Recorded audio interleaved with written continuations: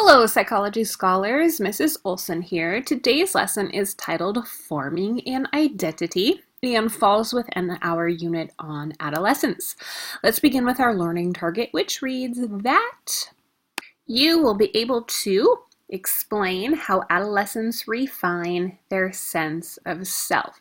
Now, before we get started, it is always a good idea to take notes. So that means that you have a word processing program open on your screen, on your computer, or you are handwriting them. Either way is completely fine, but it does help your brain to process and remember all of the information that we're going to be going over. All right, here we go. Let us get started on the first slide. So the first slide and several of them after are labeled identity. Okay, so I want to start out with the definition, which reads that the identity, or when you are forming your identity, it's a self-definition. So you, the teenager, the adolescent, unifies different forms of yourself into a consistent and comfortable sense of who you are. Okay, so a self-definition that unifies various selves into a consistent and comfortable sense of who you are. You are trying to figure out who you are, who you stand for, what you believe in, who you want to become.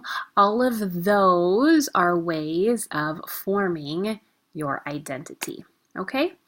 And this one reads that by varying the way that you look, adolescents try out different selves. So I've got some pictures to demonstrate that.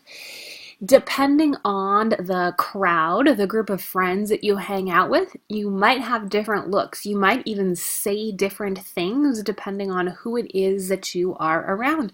And that is because you are trying to figure out who you are and what your identity is. So I chose these pictures just to represent different looks that one might use in different social situations. Okay? All right, more on identity. It says that some adolescents form their identity early, and that's okay. Some do, some do not. What happens is that we often take on our parents' values and our expectations. So please don't let this offend anybody. I know that not everyone lives with their parents, their biological parents. You might be, I could call them parent persons if that makes people feel a little bit more comfortable, because sometimes we are not raised by our biological parents. We have other people who love and care for us, but maybe they didn't give birth to us. Okay, so the other one says, other adolescents may adopt a negative identity defined in opposition to parents and society.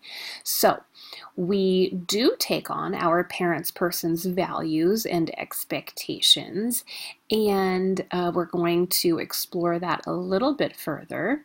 And this one is related to teenage rebellion, really, that we adopt a negative identity that really pushes against what our parent persons believes, what they stand for, and also goes against a big part of what society expects of us too.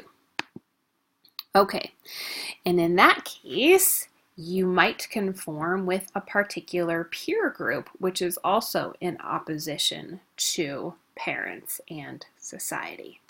Okay, so I chose this graphic because it says, are you very different from your parents? Or are you similar? Either way is okay. Each way helps us to form our sense of self, our identities. Okay, now when we get into middle school more into high school, we start to see different peer groups. We may even join one or more of these peer groups. Now, I know that not everybody goes to a traditional high school where you see some of these groups, which is why you're in online school.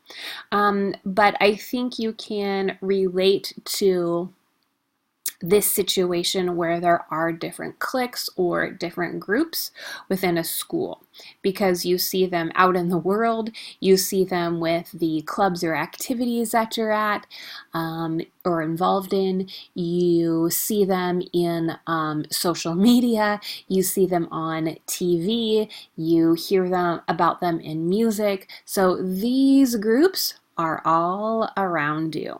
And guess what, guys? They don't go away when you are an adult. They just kind of change. They morph into something else. Okay, more on identity. The note reads, opportunities outside the home allow teens to try out possible roles. So some people will go to college. I know that not everybody will, and that's okay. But in college, you will be out from underneath your parent person's thumb, if you will. You will be away from their home, their rules, their expectations. And so in college, or if you just move out after high school, you might have these different experiences because you are not around your parent persons. Okay, so one example of this is going to college. Some people just start working after high school, and that's okay too. That also gives you another opportunity to try out a different role, maybe that you were not, that you couldn't do while you were in high school. Okay. This says that seniors in college report that they achieved a clearer identity than they had as first-year students. So, as time goes on, as you get older, as you have more experiences, you establish a better, a more clear identity of yourself. Okay, so representing the different peer groups that you might meet in college. There you are, leaving the home, out from underneath your parents. And this is related to this note in that you have a clear identity of who you are as you become a senior in college, or you gain more experience in the work world, and you have different opportunities to try out different roles. Okay. Switching to a different topic, and that is intimacy. This one reads at Erikson. So, if you remember, Erik Erikson is one of the famous psychologists that has helped the world of psychology to understand development, mostly social development. So this says that Erikson contended that the adolescent identity stage is followed in young adulthood by a developing capacity for intimacy.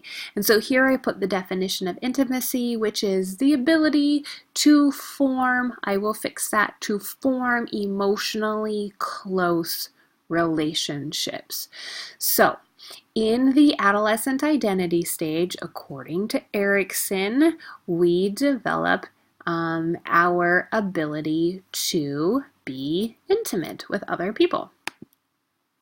And it says once you have a clear and comfortable sense of who you are ready for those close relationships.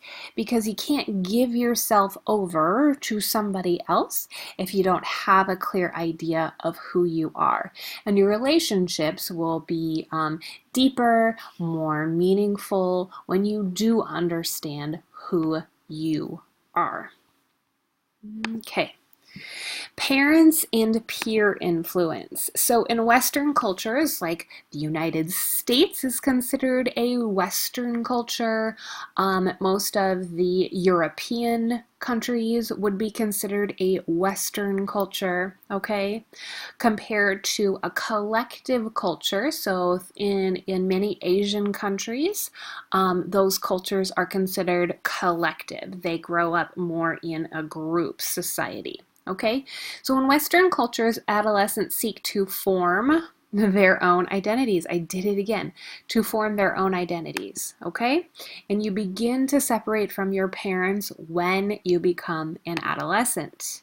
So, some people have this type of experience where they are constantly at odds with their parents. Maybe they fight with them a lot, they disagree, but not everybody has this type of experience with their parent persons as a teenager. Sometimes it's much more easygoing and it's closer, and it can be more loving and not as tenuous. Okay, so either way is okay. It's just that all of our experiences shape us. Okay, so positive relations with our parents support positive peer relations. So the better relationship that we have with our parents, the more positive relationships that we are going to have with our friends. And it says that teens who feel close to their parents tend to be happy, healthy, and do well in school, as opposed to teens that misbehave, don't follow the rules, get in trouble, are more likely to have tense parental relationships because they are getting in trouble and it isn't as easygoing, it isn't as happy to talk to them and have a relationship with the parents. Okay, so now we're going to get into some problems that Dr. David Elkind has outlined that he says most adolescents will go through.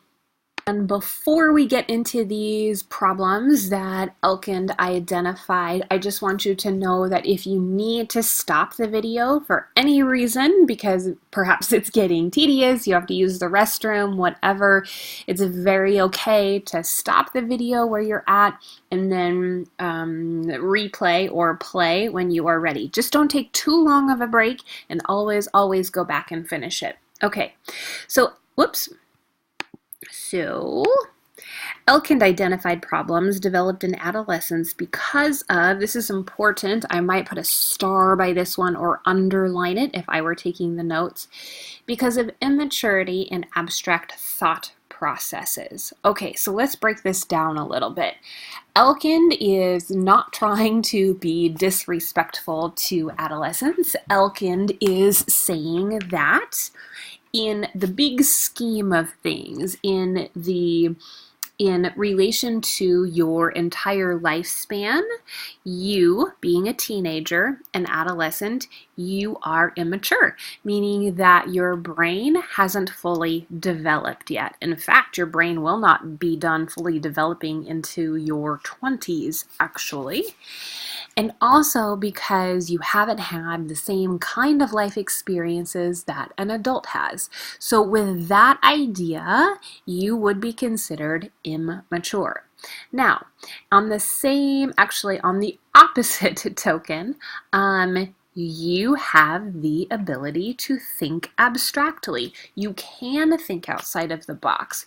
You can put yourself in another person's shoes, if you will. You can solve complex problems, okay? Now,